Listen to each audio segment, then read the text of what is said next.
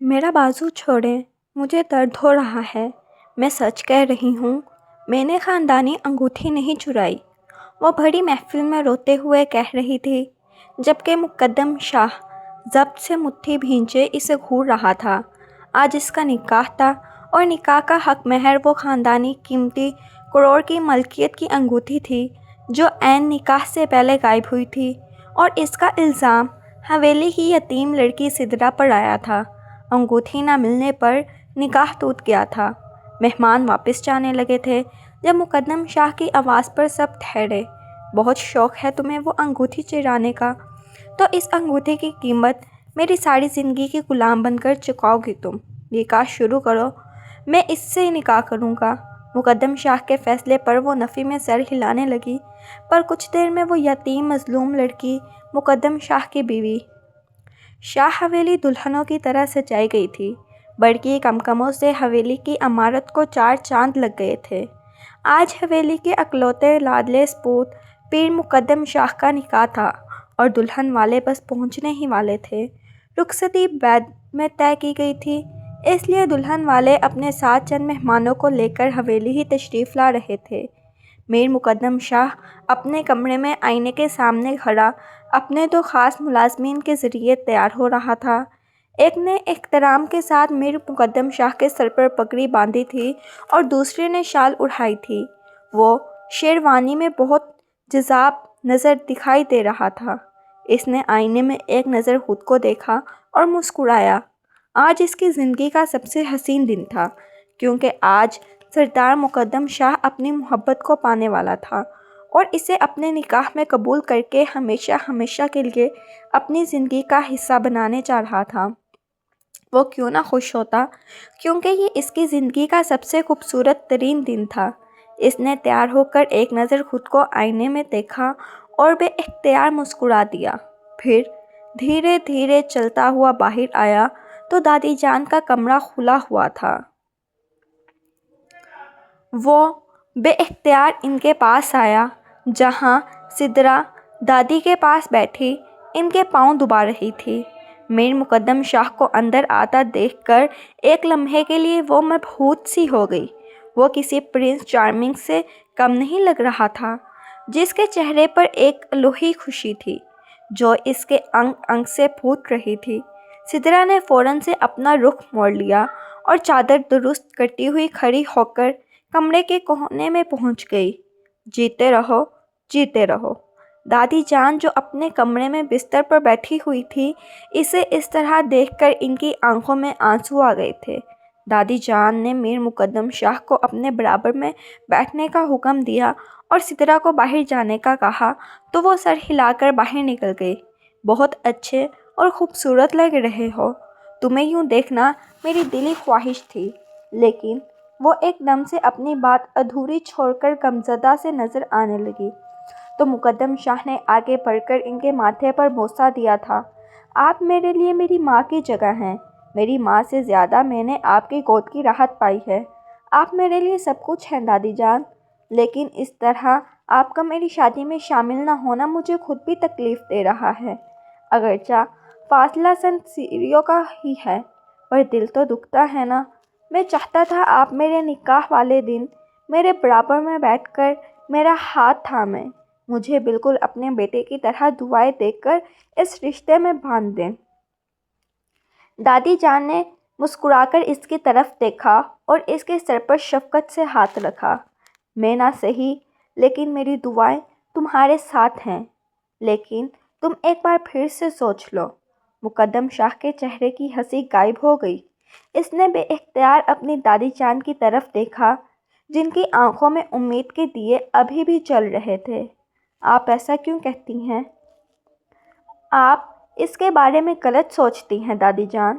دیکھیے، وہ جب بھی آ کر اس گھر میں آ جائے گی نا، اس گھر کو بھی جنت بنا دے گی، جس طرح اس نے اپنے گاؤں میں اپنی حویلی میں رونق پھیلا رکھی ہے۔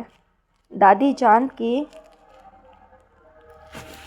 آنکھوں میں بے اختیار آنسو آ گئے۔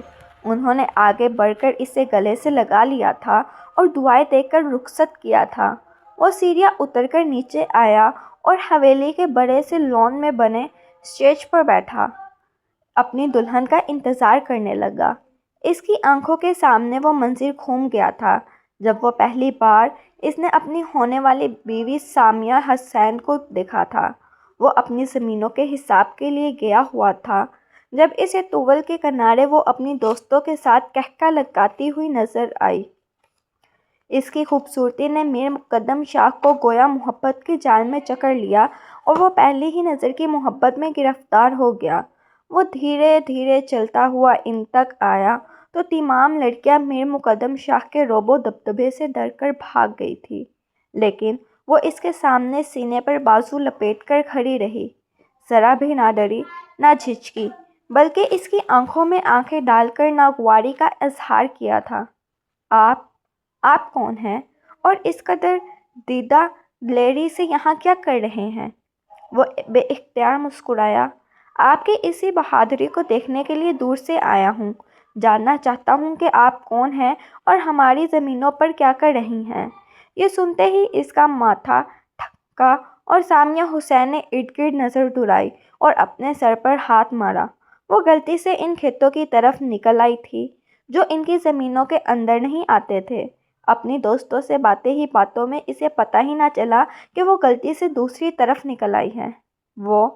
وہ دراصل مجھے اندازہ ہی نہ ہو سکا کہ ہم لوگ غلط سمت میں نکل آئے ہیں، وہ اٹک اٹک کر کہتی ہوئی کب مقدم شاہ کے دل میں اتر گئی اسے اندازہ بھی نہ ہوا۔ آپ گھبرائیں نہیں، اس نے بے اختیار اپنا سینہ تان کر اس کی آنکھوں میں آنکھیں ڈالیں۔ آپ ہماری مہمان ہیں اور مہمانوں کو اس طرح خالی ہاتھ نہیں جانے دیتے۔ یہ کہتے ہی اس نے اپنے تمام ملازموں کو آواز لگائی جو دوڑے چلے آئے۔ یہ محترمہ ہماری مہمان ہیں اور ان کی دوستیں بھی۔ ان کی خوب خاطر مدارت کیجیے اور انہیں ہمارے کھیتوں کی سیر کروائیے۔ ہمارے کھیتوں کا چپا چپا انہیں ازبر ہو جانا چاہیے، کیونکہ انہیں پتہ چلنا چاہیے کہ ہم کتنے مہمان نواز لوگ ہیں۔ مقدم شاہ نے مسکراتے ہوئے ہدایت دی تو وہ حیرت زدہ نگاہوں سے اسے دیکھنے لگی۔ ایک منٹ ٹھہر جائیے۔ وہ جیسے ہی قدم پیچھے بڑھانے کے لیے مڑا تو اس حسین دوشیزہ کی آواز پر ٹھہر سا گیا۔ ہم یہاں خاطر مدارت کے لیے نہیں آئے، لیکن ہم راستہ بھول چکے ہیں۔ مہربانی ہوگی اگر آپ ہمیں آگے بڑھ کر راستہ بتائیں تو ہم جلد از جلد اپنے گاؤں پہنچ جائیں گے، مغرب سے پہلے۔ وہ کافی گھبرائی ہوئی دکھائی دینے لگی۔ مقدم شاہ نے پیچھے مڑ کر اسے دیکھا اور اپنا سر جھکا دیا۔ اپنے سر کو خم دے کر اس کی بات کی تاکید کی۔ اپنی سہیلی کو بلائیے اور ایک دوسرے کا ہاتھ تھام لیجیے۔ چاہے تو ہم اپنی گاڑی میں بھی ڈراپ کر سکتے ہیں، لیکن اگر پیدل چلنا ہے تو موسم بھی اچھا ہو رہا ہے۔ وہ باغور اس کے چہرے کو تکتے ہوئے بولا تو وہ جزر سے ہوئی اور بے اختیار اپنی چادر درست کر کے اپنے سینے پر لپیٹ لی تھی۔ اس منظر نے گویا مقدم شاہ کے دل میں آخری کیل ٹھوک دیا۔ تبھی میر مقدم کے ملازم اس کی سہیلیوں کے ساتھ واپس آئے اور وہ پورا ٹولہ ایک ساتھ پیدل سفر کرتا ہوا آگے بڑھنے لگا۔ اس کی طرف جیسے ٹیکسی جاتی اور وہ ان نظروں کو اچھی طرح پہچان گئی تھی۔ اس کا دل زور زور سے دھڑکنے لگا، یہاں تک کہ پیدل چلتے چلتے اس کے پاؤں تھک گئے تو میر مقدم نے آگے بڑھ کر اس سے پوچھا تھا، آپ ٹھیک ہیں؟ اگر آپ ان جوتوں میں تھک گئی ہیں تو آپ میرے لے سکتی ہیں۔ یہ سننا تھا کہ اس لڑکی کی آنکھیں حیرت سے پھیل گئی اور اس نے فوراً نفی میں سر ہلایا۔ ایسا کچھ نہیں ہے، وہ رہی ہماری حویلی۔ یہ کہتے ہی اس نے سامنے اشارہ کیا اور اپنی سہیلیوں کے ہمراہ حویلی کے اندر گم ہو گئی۔ میر مقدم جو مسکراتا ہوا یہ منظر دیکھ رہا تھا، مڑنے لگا تھا کہ کسی کی شناسا آواز پر اس کے قدم جکڑ لیے تھے۔ مقدم، تم یہاں؟ سامنے کھڑا اس کا دوست دلاور احمد اس کے گلے لگ چکا تھا۔ دلاور، تم یہاں کیا کر رہے ہو؟ وہ مسکرایا تھا۔ میں تو یہاں پچھلے 1 سال سے رہ رہا ہوں، بیرون ملک سے واپس آ گیا تھا، تم سے ملاقات ہی نہیں ہوئی۔ زندگی نے اتنا زیادہ مصروفیات میں جکڑ لیا تھا، لیکن تم کیسے راستہ بھول گئے؟ وہ مسکراتے ہوئے اس کا ہاتھ تھام کر اسے حویلی کے میدان خانے لے آیا تھا۔ وہ دراصل کچھ لڑکیاں راستہ بھول گئی تھی انہیں ہی چھوڑنے آیا تھا، مقدم نے مسکراتے ہوئے جواب دیا تو دلاور نے سر ہلایا۔ لیکن اب تم کھانا کھائے بغیر نہیں جاؤ گے، سب سے پہلے تم جاؤ، چائے پیتے ہیں کیونکہ شام کا وقت ہے۔ مقدم نے لاکھ منع کرنا چاہا لیکن ملازم ٹیبل سے جا گئے تھے اور چائے کے اتنے لوازمات دیکھ کر ہی مقدم کا پیٹ بھر گیا تھا۔ تبھی دروازے پر دستک ہوئی اور وہ حسنِ جاناں اسے دوبارہ سے نظر آئی تھی۔ وہ اپنی جگہ ساکت رہ گیا تھا۔ اس بار وہ جس حلیے میں تھی، اس حلیے نے مقدم کے دل کو تھام لیا تھا۔ وہ دوپٹے سے بے نیاز اپنے بال کھولے وہاں انجانے میں آ چکی تھی۔ بھائی، اس کے منہ سے بے ساختہ نکلا اور سامنے نظر پڑی تو مقدم کو دیکھ کر اس کے ہوش اڑے اور وہ اگلے ہی پل پردے کے پیچھے جا کر چھپ گئی تھی۔ یہ کیا حرکت ہے سامیہ؟ یہ سنتے ہی مقدم نے زیر لب اس کا نام دہرایا اور فوراً سے اپنی نظریں نیچے کر لی تھی۔ بھائی، وہ مجھے لگا کہ کوئی بھی نہیں ہے، اس لیے میں بس اپنی چیزیں لینے آئی تھی۔ وہ روحان سی ہو گئی۔ کوئی بات نہیں، تم جاؤ، ویسے بھی ہمارا دوست ہے، کوئی اور نہیں، غیر نہیں ہے۔ یہ دوپٹہ لے کر سلام کرو۔ تمہیں یاد نہیں یہ کون ہے؟ مقدم ہے، میرا دوست، میرا جگری یار۔ یہ سن کر اس کی آنکھیں حیرت سے پھیل گئی۔ اگلے ہی لمحے وہ پردے کے پیچھے سے چھپاک سے نکل کر حویلی کے اندر گم ہو گئی اور پھر تھوڑی دیر بعد وہ ٹرے میں پانی کا گلاس لے کر حاضر ہوئی اور گلاس وہیں پٹک کر بوڑھے بوڑھے منہ بنا کر مقدم کو دیکھا تھا، جو اسے بری طرح گھور رہا تھا اور اس کے گھورنے کو اچھی طرح محسوس کر چکی تھی۔ تبھی دلاور احمد کو کسی نے بلایا تھا۔ وہ ان دونوں کو وہیں اکیلا چھوڑ کر بے دہانی میں باہر نکل گیا اور یہی موقع تھا جب مقدم اپنی جگہ کھڑا ہوا اور دھیرے دھیرے اس کے نزدیک آیا۔ وہ اس کے ارادے بھانپ چکی تھی، اس لیے 2 قدم پیچھے ہٹی اور دیوار سے جا لگی۔ گھبرائے نہیں، میں آپ سے شادی کرنا چاہتا ہوں۔ مقدم کے منہ سے یہ الفاظ سن کر اسے لگا اس کے سر پر کسی نے بم پھوڑ دیا۔ کیا آپ کی ہمت کیسے ہوئی یہ سب کہنے کی؟ آپ، وہ غصے میں انگلی اٹھا کر کچھ کہنے ہی والی تھی کہ مقدم نے ہاتھ آگے بڑھا کر اس کی انگلی نیچے کی تھی۔ ہمت تو میری ہو سکتی ہے نا؟ جب کوئی دوشیزہ مجھے پسند آئے تو پھر وہ میری ہی ہونی چاہیے، اور یہ میر مقدم شاہ کا سب سے بڑا خواب بلکہ خواہش سمجھ لیں کہ میرا دل آپ پر آ گیا ہے۔ میں آپ سے پہلی نظر کی محبت میں مبتلا ہو گیا ہوں اور اب آپ کی زندگی کا ساتھی بننا چاہتا ہوں۔ مانگے جو مانگنا چاہتی ہیں سب پورا کیا جائے گا، کیونکہ آپ مقدم شاہ کی منظور نظر بن چکی ہیں۔ سامیہ حیرت سے آنکھیں پھیلائے اس کی آنکھوں میں دیکھ کر گویا کھو سی چکی تھی۔ آپ پورا نہیں کر پائیں گے؟ اچانک سے اس کی آنکھوں میں شرارت ابھری اور اس نے مقدم شاہ کی طرف دیکھ کر اپنے بال پیچھے کی طرف کیے تھے۔ اوہ، مانگ کر تو دیکھیں، جان بھی حاضر ہے، تو پھر چیز کیا شے ہے؟ یہ سن کر وہ دھیما سا مسکرائی اور اس مسکرانے نے مقدم شاہ کے ارد گرد جیسے شادیانے سے بجائے تھے۔ بھیا سے میں نے سنا تھا کہ شاہ خاندان کے پاس ایک انگوٹھی موجود ہے جو ان کی خاندانی انگوٹھی ہے، اور وہ انگوٹھی انہوں نے کبھی کسی کو نہ دینے کی قسم کھا رکھی ہے۔ آپ وہ انگوٹھی اگر میرے نام کریں تو پھر میں اس رشتے کے لیے تیار ہوں۔ مقدم شاہ چند لمحے اسے دیکھتا رہ گیا۔ کیا یہ ممکن ہے؟ وہ پھر سے اسے خاموش دیکھ کر سینے پر بازو لپیٹ کر فخر سے پوچھنے لگی کہ گویا اس کا وار صحیح جگہ پر لگا تھا۔ وہ بے اختیار مسکرایا۔ اس نے مانگا اور پورا ہو گیا۔ اب وہ انگوٹھی آپ کی ہوئی اور وہ انگوٹھی میں آپ کو نکاح کے وقت حق مہر میں دوں گا۔ مجھے کوئی اس سے روک نہیں سکتا، کیونکہ جو خواہش آپ زبان پر لائیں اور میں پورا نہ کروں، ایسا ہو ہی نہیں سکتا۔ یہ سنتے ہی سامیہ کی آنکھیں پھٹی کی پھٹی رہ گئی۔ آپ مجھے لگا آپ انکار کریں گے اور یہ بات یہیں ختم ہو جائے گی، لیکن وہ بے حد گھبرا گئی اور اس کے الفاظ بے ربط سے ہونے لگے۔ میں گھبرانے والوں میں سے نہیں ہوں۔ وہ دھیرے سے اس کے کان میں جھک کر سرگوشی کرنے لگا۔ کل رشتہ طے ہو جائے گا اور پھر ٹھیک 1 ہفتے بعد نکاح، اور یہ 1 ہفتہ بھی میں نے آپ کو سنبھلنے کے لیے دیا ہے، کیونکہ مجھ سے اتنا طویل صبر نہیں ہوتا۔ وہ آنکھ مار کر پیچھے ہوا اور اسے سلام کر کے واپس باہر نکل گیا تھا۔ دلاور احمد تو شاید فون کال پر مصروف ہو گیا اور وہ اپنے دل میں ایک نئی امنگ لیے اپنی حویلی کی طرف روانہ ہو گیا تھا، جبکہ سامیہ کی حالت ایسی تھی کہ وہ اپنے ہی پیروں پر کلہاڑی مار چکی تھی۔ لیکن پھر اس کی دیوانگی کا سوچ کر وہ بے ساختہ مسکرا کر شرم کی لالی اس کے چہرے پر بکھر گئی اور یہیں سے محبت کا آغاز ہوا تھا۔ اس شام وہ بہت خوش باش ہو کر حویلی کے اندر داخل ہوا اور سب سے پہلے اپنے دادی کے کمرے میں قدم رکھا، جہاں سدرا ان کی دوا کا وقت دیکھ کر انہیں دوا کھلا رہی تھی۔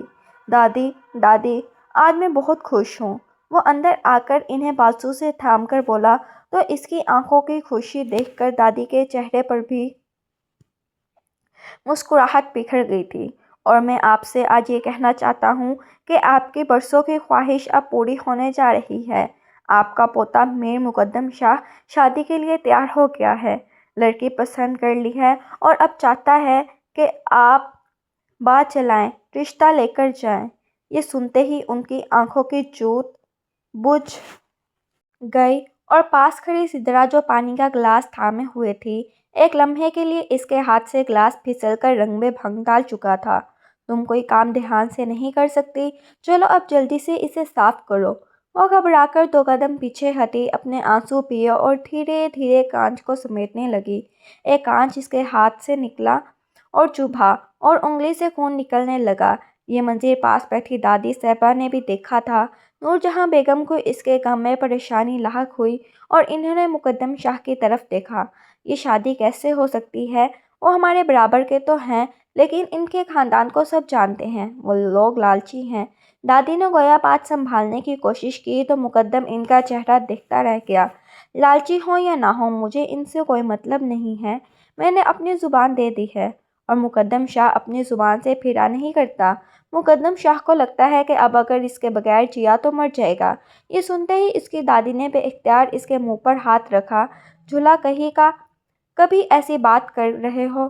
تمہاری خواہش پورا کرنا میرا فرض ہے، لیکن تم ایک بار پھر سوچ لو، وہ لڑکی تمہارے لائق ہے بھی یا نہیں، گھر کو چلا سکے گی یا نہیں، اور اسی طرح سمیٹے گی جس طرح تمہاری ماں نے سمیٹا ہے تو میں تیار ہوں۔ یہ سن کر وہ مسکرایا تھا۔ وہ سردار زادوں کی اولاد ہے، اس کے اندر بھی وہ تمام گن موجود ہوں گے، آپ فکر نہ کریں۔ اور پھر وہ دن بھی آن پہنچا جب مقدم شاہ دلہا بنا بیٹھا اپنی دلہن کا انتظار کر رہا تھا۔ 2 ہفتے بعد رخصتی تھی اور یہ رخصتی میں تاخیر بھی دلہن والوں کی طرف سے تھی، ورنہ مقدم شاہ کا بس چلتا تو وہ آج ہی اسے رخصت کروا کر اپنے کمرے کی زینت بنا دیتا۔ لڑکی والوں کے آنے کا شور مچ اٹھا تھا۔ مقدم کے دل کی دھڑکن تیز ہوئی اور اس نے نگاہیں اٹھا کر دیکھا تو وہ دلہن بنی اپنے گھونگھٹ تھامے دھیرے دھیرے چلتی ہوئی اندر داخل ہو رہی تھی۔ وہ اس کے احترام میں کھڑا ہو گیا۔ استقبال کرنے میں سب سے آگے سدرا تھی۔ سدرا جو مقدم شاہ کے والد صاحب میر ثقلین شاہ کے ڈرائیور کی بیٹی تھی، وہی ڈرائیور جو اپنی جوانی میں اپنی جان ثقلین شاہ کو بچانے کے چکر میں گنوا چکا تھا، اور یہ احسان اس کی دادی صاحبہ کبھی نہیں بھولی تھی۔ انہوں نے اس یتیم بچی کو، جو اپنی ماں کے ہمراہ اس حویلی کے امور سنبھالنے پر مقرر کی گئی تھی، کبھی اکیلا نہ چھوڑا تھا۔ اس کی والدہ کی وفات کے بعد انہوں نے اسے اپنی خدمت کے لیے رکھ لیا تھا۔ وہ دن رات دادی کی خدمت کرتی اور اسی دوران دادی کے دل میں یہ خواہش پیدا ہوئی تھی کہ انہیں اگر بہو چاہیے تو سدرا ارسل خان جیسی، جو اپنی تمام تر خوبیوں سے حویلی پر راج کرنے لگے۔ لیکن اس رشتے کی مخالفت سب سے پہلے مقدم شاہ کی ماں بیگم انیلہ نے کی تھی۔ وہ نہیں چاہتی تھی کہ کوئی کمزاد ان کی بہو بنے، اور تب سے دادی چپ کر گئی تھی۔ لیکن وہ جانتی تھی کہ ان کے چپ کرنے سے سدرا کے دل میں لگی محبت کی آگ جو مقدم شاہ کے نام سے آباد تھی، کبھی نہیں بجھ سکتی۔ وہ سفید شلوار قمیص پر چنری کا دوپٹہ اوڑھے ادب سے وہاں سامان کے سامنے کھڑی تھی جو خاص دلہن کے لیے سجایا گیا تھا، اور حق مہر کی وہ کروڑوں کی مالکیت کی انگوٹھی تھی جو دلہن نے مطالبہ کیا تھا، وہ بھی ایک خاص سجاوٹ سے وہاں رکھی ہوئی تھی۔ اب اسے انتظار تھا کہ کب اسے حکم ہو اور یہ سامان نیچے پہنچایا جائے۔ تبھی دروازہ کھلا اور ملازم اندر داخل ہوا۔ سدرا بیبی، یہ سامان نیچے رکھنا ہے، ایک ایک کر کے رکھیے گا، اور ہاں، انگوٹھی کی خاص حفاظت کرنی ہے۔ سدرا نے محض سر ہلایا اور اپنے دل پر پتھر رکھ کر اس سامان کو سمیٹ کر نیچے جانے لگی، جو اس کی بربادی کی آخری کہانی سنا رہا تھا۔ وہ بہت حساس تھی، اس نے بچپن سے اس گھر میں اپنا سارا وقت گزارا تھا۔ میر مقدم سے وہ 10 سال چھوٹی تھی، 20 برس کی تھی، لیکن بچپن سے ایک ہی حویلی میں پلے بڑھے تھے۔ میر مقدم کی محبت اس کے دل میں دیا بن کر جلتی رہتی تھی، جو اسے پگھلا کر راکھ کر چکی تھی۔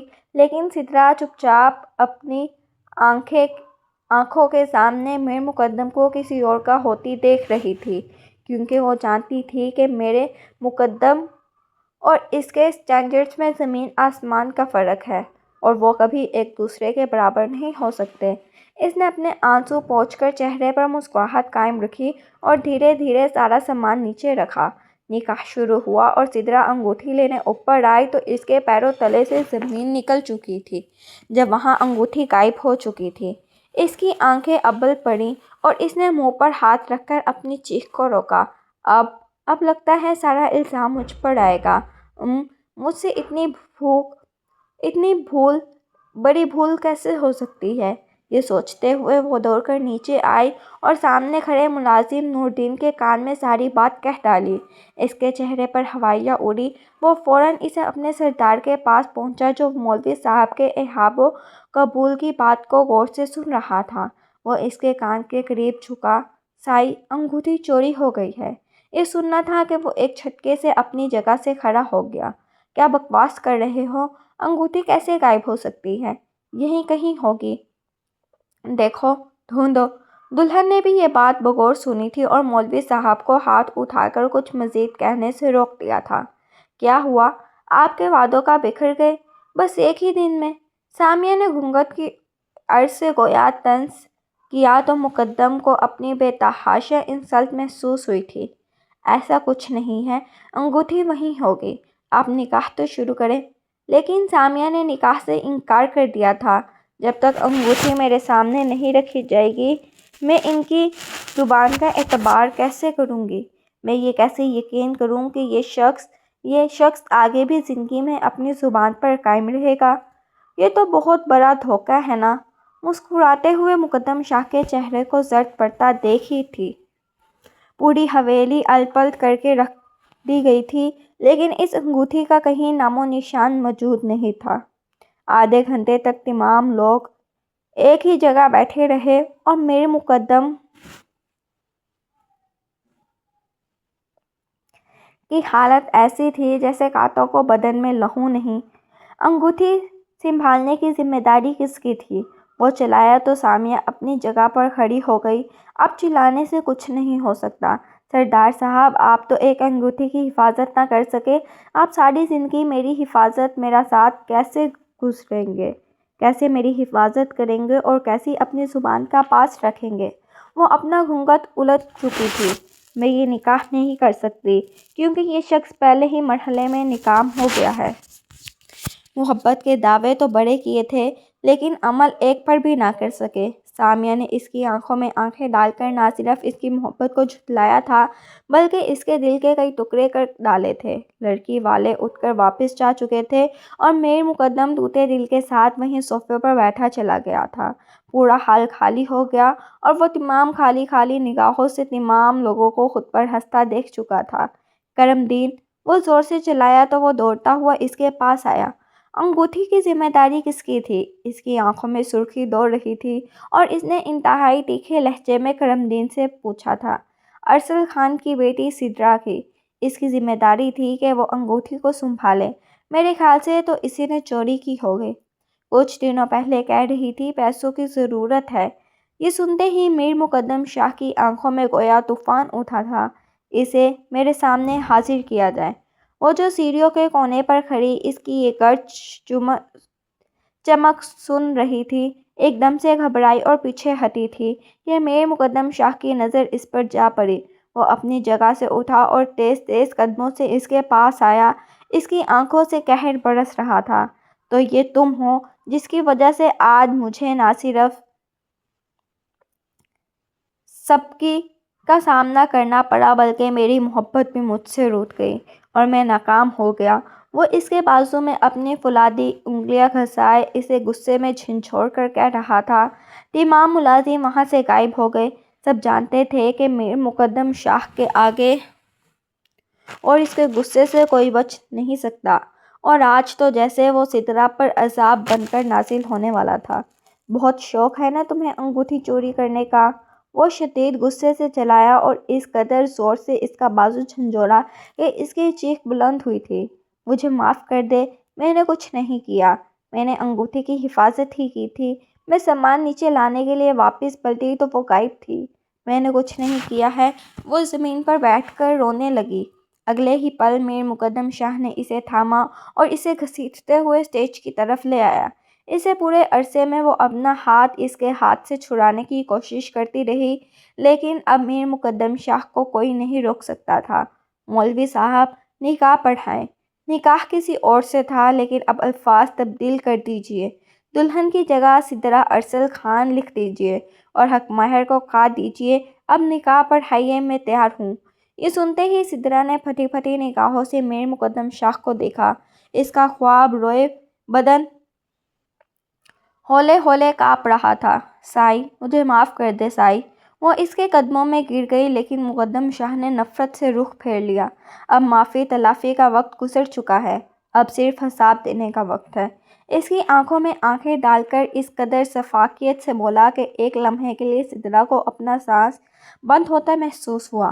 مولوی صاحب نے ایجاب و قبول کے لیے سدرا کی طرف دیکھا اور اجازت چاہی۔ وہ خاموش بیٹھی رہی، آنسو آنکھوں سے نکل کر بہنے لگے۔ تبھی میر مقدم شاہ نے اس کا بازو تھام کر اس کے کان کے قریب سرگوشی کی تھی۔ اگر یہ نکاح نہیں کرتی ہو تو پھر جو تمہارا حال کروں گا وہ نکاح کے بغیر کروں گا۔ یہ سن کر وہ بری جان سے کانپ اٹھی اور فوراً سے قبول ہے کہہ کر منہ پر ہاتھ رکھ کر روتے ہوئے کھڑی ہوئی تھی۔ میر مقدم شاہ نے اس کی کلائی پکڑ اسے اپنے پاس بٹھا دیا۔ اتنی جلدی کہاں جا رہی ہو؟ وہ سزا دوں گا کہ ساری دنیا یاد رکھے گی۔ یہ نکاح نہیں ہے، میری غلامی ہے جسے تم نے قبول کیا ہے۔ اب ساری زندگی اس انگوٹھی کے بدلے میری غلام بن کر رہو گی۔ اور ہاں، مجھے انگوٹھی ہر حال میں واپس چاہیے، سمجھی تم؟ وہ پھٹی پھٹی نگاہوں سے اسے دیکھتے ہوئے وہیں بیٹھی چلی گئی تھی۔ اس کی آنکھوں میں بے پناہ آنسو ٹھہرے ہوئے تھے۔ نکاح ہوتے ہی حال مکمل طور پر خالی ہو گیا اور اب وہ اس کے رحم و کرم پر تھی۔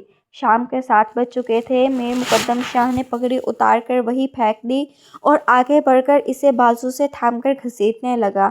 اب تمہیں جاگنا ہوگا، ہر ایک حساب چکانا ہوگا، ورنہ میرا نام میر مقدم شاہ نہیں ہے۔ وہ غصے میں چلاتا ہوا اسے اپنے کمرے کی طرف لے آیا اور اسے زور سے بیڈ پر پٹکا کہ سدرا کے 14 طبق روشن ہو گئے تھے۔ اس کے خطرناک ارادوں کو جان کر وہ کہنے کے بل سیدھی ہوئی اور پیچھے کی طرف ہٹنے لگی۔ میر مقدم شاہ نے اسی وقت شیروانی کے بٹن کھولے اور بے اختیار اپنا سینہ مسلا۔ اسے سانس لینے میں دشواری سے محسوس ہونے لگی۔ پھر اس نے سدرا کی طرف دیکھا اور اس کا غم ایک بار پھر سے تازہ ہو گیا۔ تم کیا سمجھتی ہو تمہیں اتنی آسانی سے معافی مل جائے گی؟ وہ ایک جھٹکے سے آگے بڑھا اور اسے بالوں سے کھینچ کر خود کے قریب کیا۔ سدرا نے اپنے دونوں ہاتھوں سے اس کا ہاتھ چھڑانے کی کوشش کی، لیکن اس کی گرفت بہت مضبوط تھی۔ تم جیسی لڑکیوں کے ناٹک میں اچھی طرح جانتا ہوں۔ یہی سب کچھ کرنے کے لیے تم نے انگوٹھی چرائی نا؟ کہاں ہے میری انگوٹھی؟ دو مجھے واپس۔ اگلے ہی پل وہ اس کے قدموں میں گر گئی تھی۔ میں سچ کہہ رہی ہوں، میں نے کوئی انگوٹھی نہیں چرائی، میں نہیں ہوں چور۔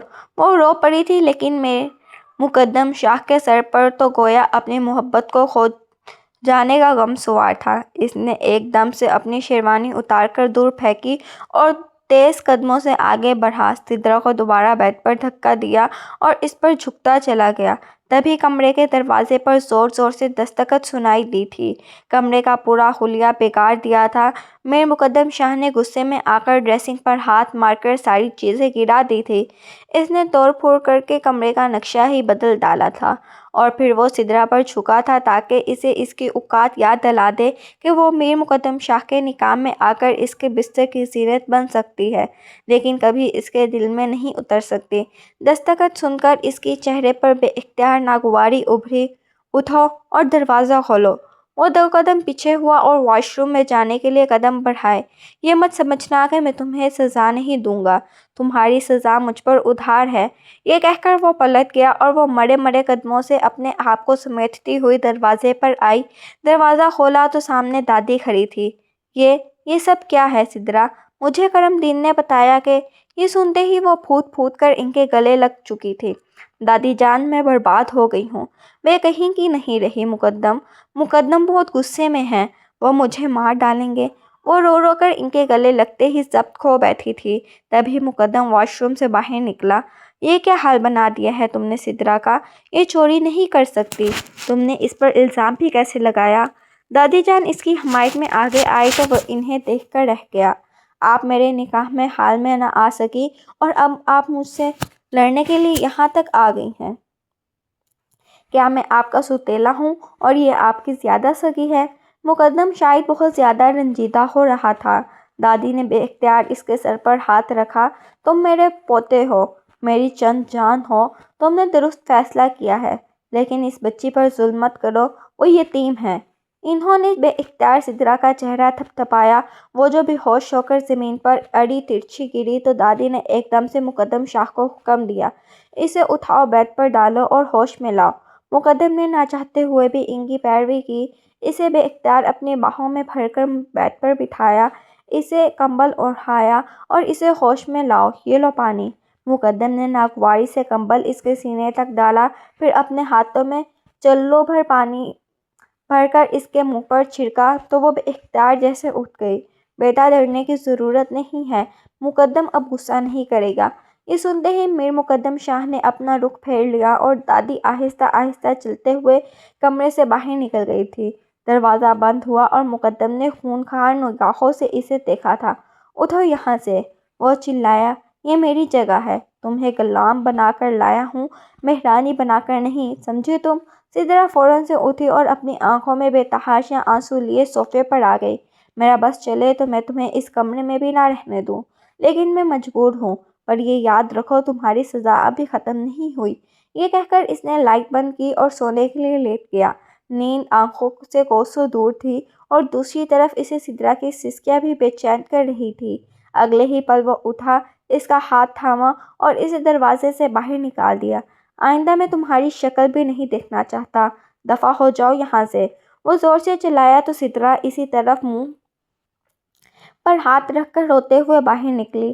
دادی کے کمرے میں جانے کی غلطی بھی مت کرنا، جہاں چاہے مرو، لیکن میرے پاس پلٹ کر واپس مت آنا، سمجھی تم؟ وہ انگلی اٹھا کر اسے وارننگ دینے والے انداز میں بولا اور پھر واپس پلٹ گیا۔ سامیہ کی یادوں نے گویا اس پر حملہ کیا اور وہ بے اختیار چلایا تھا۔ اسے چلانے نے اس کے دل کے کئی ٹکڑے کر ڈالے تھے۔ اور پھر رات گزر گئی تھی۔ اگلی صبح اس کی آنکھ کھلی تو کمرے کے دروازے پر ہلکی سی دستک ہوئی۔ کھلا ہے، اندر آ جاؤ۔ وہ بے اختیار آنکھیں مسلتا ہوا کھڑا ہوا، سامنے دیکھا تو حیرت زدہ رہ گیا۔ سدرا نکھری نکھری نہائی ہوئی، صاف ستھری سی، اپنے کھلے بالوں کے ساتھ دوپٹہ سر پر جمائے، ہاتھ میں ناشتے کی ٹرے لیے اس کے سامنے حاضر تھی۔ تم یہاں کیا کر رہی ہو؟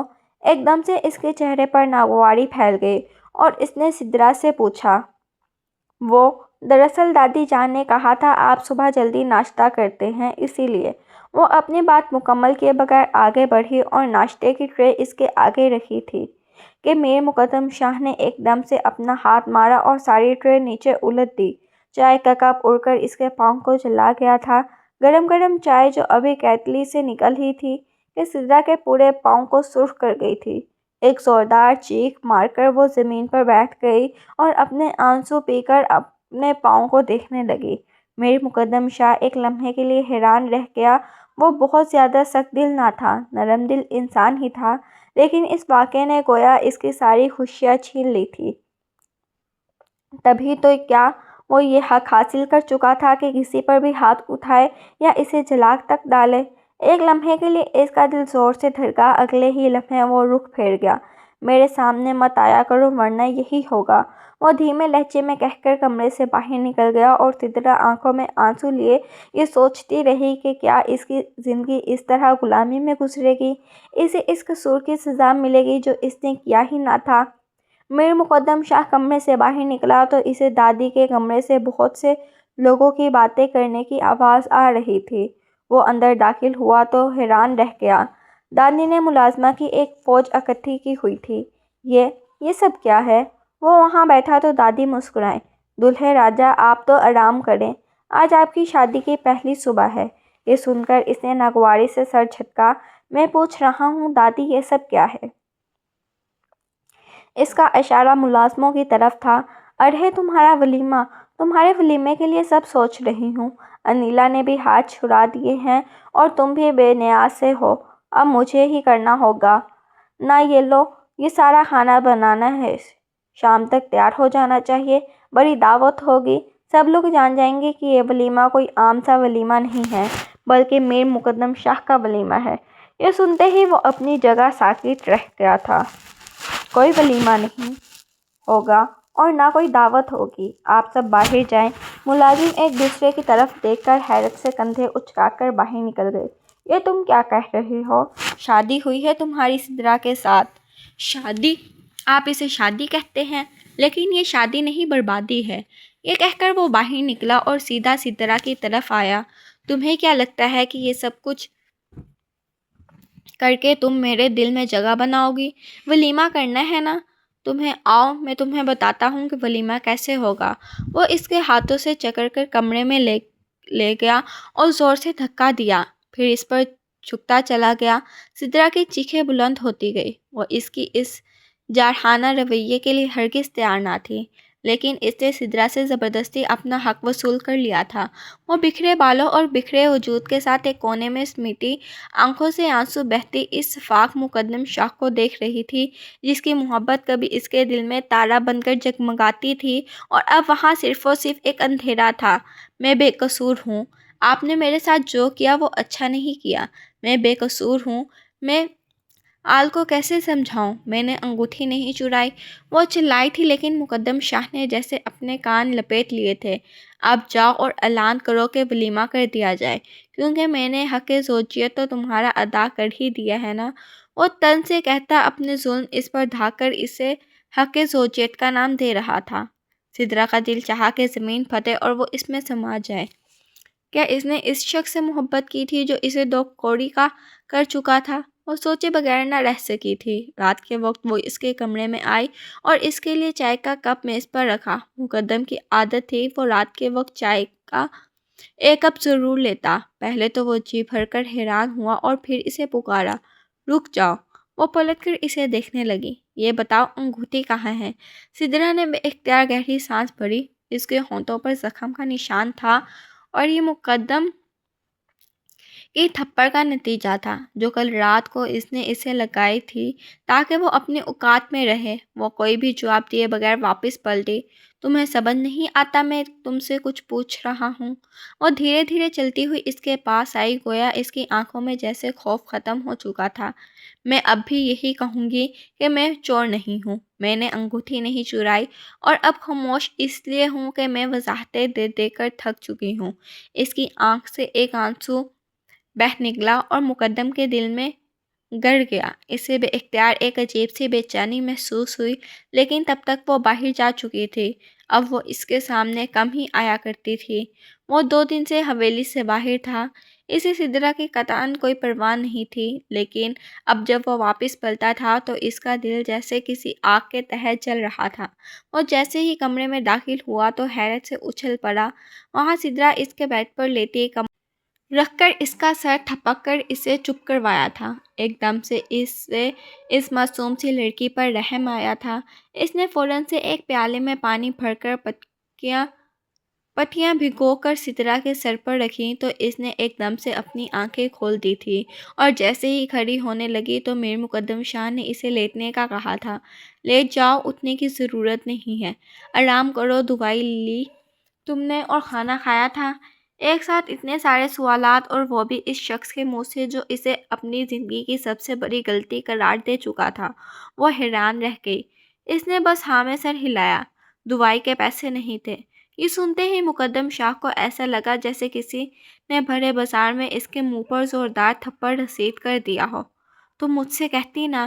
یہ کہتے ہی اس نے فوراً سے ملازم کو آواز لگائی، لیکن رات کے اس وقت کون اسے جواب دیتا؟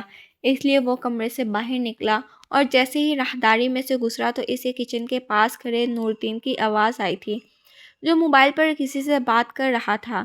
شاہ سائی کو ابھی تک انگوٹھی کا پتہ نہیں چلا ہے۔ اب تم کھیل ختم ہو چکا ہے اور مجھے رقم بھی مل گئی ہے۔ اب یہ انگوٹھی میں صبح ان کی الماری کے پاس رکھ دوں گا۔ مجھ سے سدرا بی بی کا درد دیکھا نہیں جاتا۔ غلطی میں نے کی ہے اور لالچ میں آیا تھا اور سزا وہ بھگت رہی ہیں۔ میر مقدم شاہ کو لگا کہ اب وہ کبھی اگلا سانس نہیں لے پائے گا، یعنی وہ لڑکی جو اس وقت بخار میں تپ رہی تھی اور اس کے ظلم و ستم کی وجہ سے اس حال کو پہنچ چکی تھی، وہ بے قصور تھی۔ ایک دم سے اس کے قدم لڑکھڑائے اور اس کی آنکھوں کے آگے اندھیرا چھا گیا۔ اس قدر ظالم کیسے ہو سکتا ہے؟ اسے سارا کھیل آہستہ آہستہ سمجھ آنے لگا۔ یہ سب کچھ سامیہ حسین کا کیا کرایا تھا۔ وہ اس کی پہلی محبت تو ضرور تھی، لیکن وہ کسی طور اس گھر کی زینت بننے کے لائق نہ تھی۔ یہ سب اسی نے کروایا تھا تاکہ وہ خود بخود اس کا پیچھا چھوڑ دے اور اس کی بربادی الگ ہو۔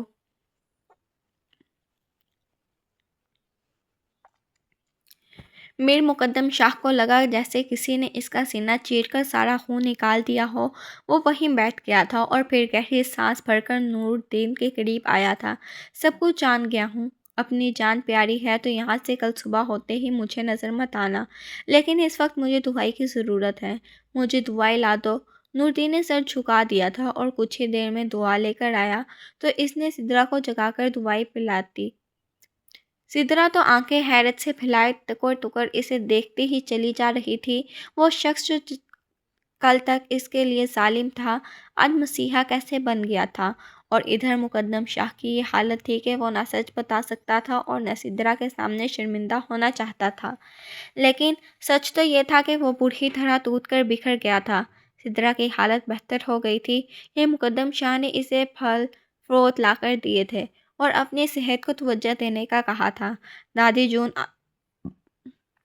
دادی جان آہستہ سے یہ تمام باتیں نوٹ کر رہی تھی اور مسکرائی تھی، جبکہ امپلا بیگم تو ورطہ حیرت میں مبتلا تھی، لیکن انہیں اپنے بیٹے سے ہر چیز کی توقع تھی۔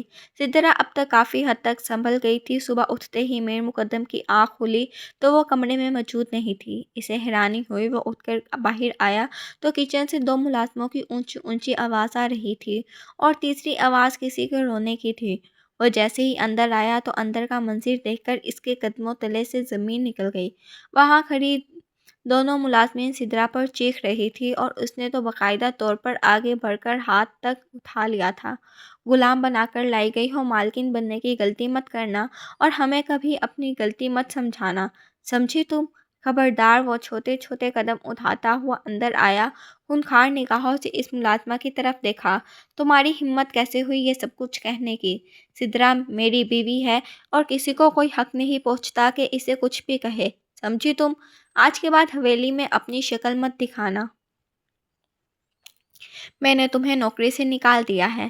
وہ جو آنسو بہا کر سر جھکائے یہ سمجھ چکی تھی کہ اب اس حویلی میں قسمت کبھی نہیں بدلنی۔ اس نے نگاہیں اٹھا کر ٹکٹکی باندھ کر مقدم شاہ کو دیکھا تھا، جو ملازمہ کو انگلی اٹھا کر خبردار کرنے کے بعد اس کی طرف آیا۔ تم ٹھیک ہو؟